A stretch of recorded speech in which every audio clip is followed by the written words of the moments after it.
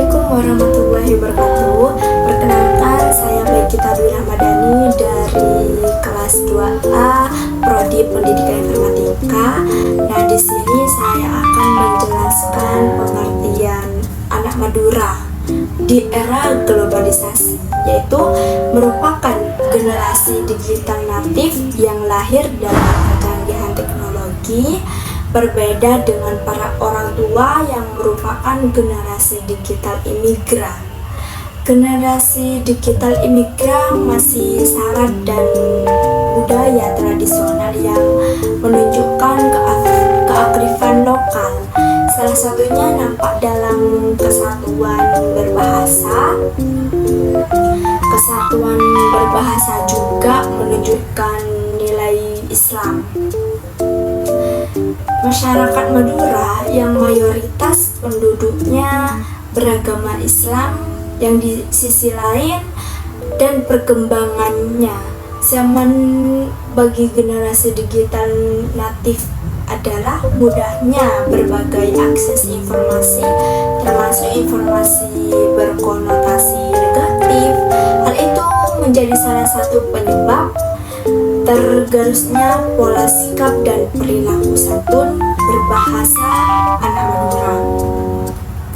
Salah satunya upaya pembentukan karakter anak-anak Madura yang Islami adalah dengan menanamkan pemahaman akan esensi dan urgensi kesatuan berbahasa. Penggunaan bahasa yang santun dalam berbagai lingkungan, baik itu di lingkungan keluarga, sekolah, masyarakat, bahkan di lingkungan teman, sebanyak menjadi faktor utama bentuknya karakter anak Madura yang Islami. Performasi kebahasaan yang santun menunjukkan upaya kompetensi yang santun pula.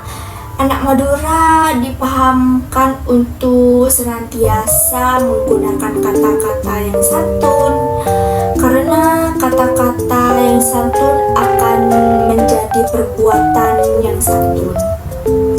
Perbuatan yang santun akan menjadi kebiasaan dalam sehari-hari, dan kebiasaan yang santun akan membentuk karakter anak Madura yang santun dan Islami.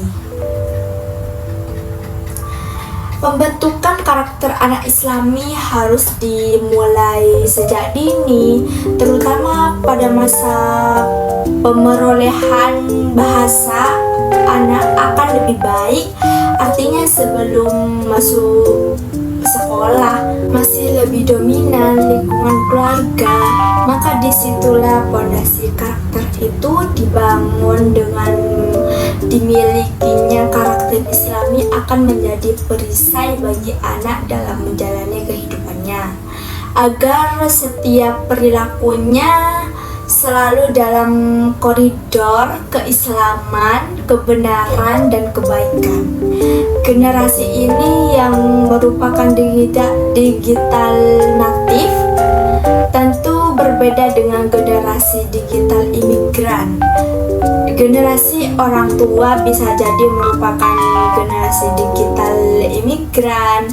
Perbedaan generasi membuka perbedaan besar di antaranya pada kemampuan orang tua menjadi filter bagi anak-anaknya untuk memilih dan memilah apa saja yang dapat dan tidak dapat mereka lakukan, hal apa saja yang boleh dan tidak boleh mereka akses melalui gate-gate. Ini ada langkah-langkah untuk anak Madura. Nah, guru menyampaikan tujuan pembelajaran yang akan dipelajari. Yang kedua, guru menginstruksikan siswa untuk mengamati teks bacaan yang ditampilkan melalui PowerPoint terkait materi gerabah dan menjelaskan Pulau Madura. Guru meminta siswa membaca teks dan melakukan tanya jawab tentang materinya. Yang keempat, guru meminta siswa dalam mengerjakan latihan yang ada di buku siswa. Yang kelima, guru menginstruksikan siswa untuk mengumpulkan informasi dalam relevan untuk menjawab pertanyaan yang dirumuskan. Yang keenam, guru meminta siswa untuk memperhatikan buku bacaannya tentang cerita Gerabah dan Pulau Madura. Nah, di sini ada evaluasi pembentukan karakter Islami bagi anak Madura melalui penerapan santun berbahasa dilakukan dalam lingkungan keluarga, berbagai pondasi utama karakter, lingkungan teman sebanyak, lingkungan masyarakat, dan lingkungan sekolah. Nah, kebiasaan baik dicontohkan pertama kali oleh orang tua dalam bentuk kesantunan berbahasa yang dilakukan orang tua dalam sehari-hari sebagai teladan kepada anak. Orang tua menunjukkan penggunaan bahasa yang santun kepada anak seperti tidak menggunakan kosakata yang negatif dan menghindari dari bicara-bicara yang kasar. Nah, anak menerapkan kesantunan berbahasa dalam bentuk penggunaan tingkat bahasa. Contohnya nih, engki punten dan engki enten. Dengan orang tua, guru, dan orang yang lebih tua. Dalam komunikasi teman sebanyak pun, anak membiasakan diri berbahasa santun, menghindari penggunaan bahasa yang kotor dan candaan yang bersifat fisik. Dalam keterampilan abad ke-21, pendidikan ini merupakan suatu bidang kehidupan yang terpisah dari bidang-bidang kehidupan lainnya. Pendidikan ini sering dianggap sebagai faktor terpengaruh dari masalah-masalah terjadi dalam lingkungan strategis, sehingga pendidikan sering menerima akibat buruk dari perubahan tersebut. Kebijakan pendidikan yang akan ditetapkan setidak-tidaknya harus mampu mengantisipasi berbagai tantangan dan permasalahan yang terjadi dalam lingkungan strategis. Bahkan pendidikan harus mampu menjadikan dirinya sebagai faktor yang dapat menggerakkan atau mengarahkan perubahan dalam lingkungan tersebut,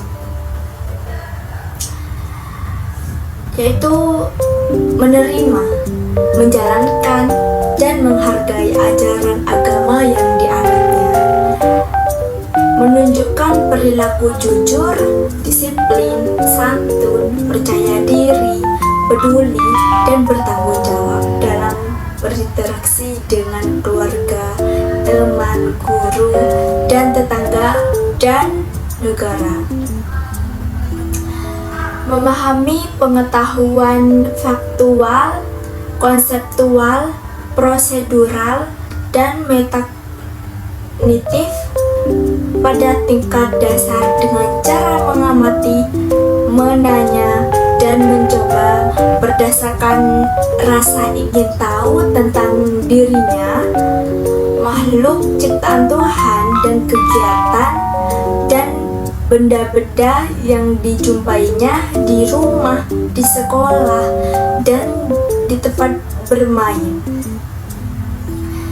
Menunjukkan keterampilan berpikir dan bertindak kreatif, produktif, kritis, mandiri, kolaboratif, dan komunikatif dalam bahasa yang jelas, sistematis, logis, dan kritis dalam karya yang estetis, dalam gerakan yang mencerminkan anak sehat, dan tindakan yang mencerminkan perilaku anak sesuai dengan tahap perkembangannya.